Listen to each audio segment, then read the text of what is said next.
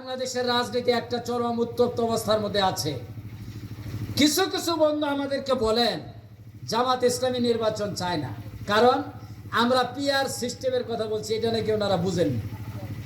পৃথিবীর 91টা দেশে PR system, এর মানে সংখ্যানুপাতিক পদ্ধতি। মানে হলো আপনি যে দলকে ভোট দিবেন, এই দল যত পার্সেন্ট ভোট পাবে সারা বাংলাদেশে, পার্লামেন্টে তার তত পার্সেন্ট এমপি হবে, একটা ভোটও মার যাবে না। 300 আসনে দাঁড়িপাল্লা মার্কায় ভোট দিবে, আর 300 আসনের ভোট গুনার পর যদি দেখা যায় জামাত যত শতাংশ ভোট পাবে তত শতাংশ সিট পাবে পার্লামেন্টে। যেমন 40% যদি আমরা ভোট পাই তাহলে সিট পাবো 120টা, কারণ 300 আসনের পার্লামেন্ট এটা, তাহলে শতকরা 3টা সিট, তাহলে 40% 120টা সিট হবে।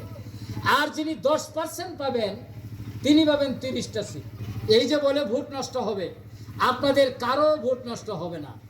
এই জন্য আমরা বলছি যে যারা জিতে, একজন জিতলো 1,51,000 ভোট পাইয়া, আর একজন হারলো 1,50,600 ভোট পাইয়া, মাত্র 400 ভোটের ডিফারেন্স। সারা বাংলাদেশে দেখা গেল প্রত্যেকটা সিটে 400-500 ভোটের ব্যবধানে 151 আসনে একটা দল সংখ্যাগরিষ্ঠতা পাইয়া সরকার গঠন করলো। তার প্রাপ্ত ভোটের পরিমাণ কত? 35%। আর তার বাইরে সব দল মিলে ভোট হইল 65%। তাহলে 35% ভোট 65%-এর উপরে আঙ্গুল ঘুরাবে, এটাই হইল বেইনসাফি। এই কারণে ইসলামী আন্দোলনের দল হিসেবে জামাত বলছে প্রত্যেকটা ভোটারের প্রতিনিধিত্ব থাকবে পার্লামেন্টে, কেউ বঞ্চিত হবে না। পিআর মানে সকল দলের প্রতিনিধিত্ব থাকবে, এইটা আমাদের বন্ধুরা মানতে রাজি না। কারণ আরেকটা কাজ করতে পারবে না, তখন আর কেন্দ্র দখল করতে পারবে না। কারণ যারা মাস্তান তারা বলবে যে টাকা খরচ করে লাভ নাই, যারা ভোট পাবে আর ভালো ভালো লোকেরা এখানকার এমপি হবে। আমার তো ভালো কোনো কোয়ালিটি নাই, আমি এমপিও হইতে পারবো না, টাকাও খরচ করব না, কেন্দ্র দখল করব না। সব দখল বন্ধ হয়ে যাবে, ভালো পরিবেশে মানুষ ভোট দিবে।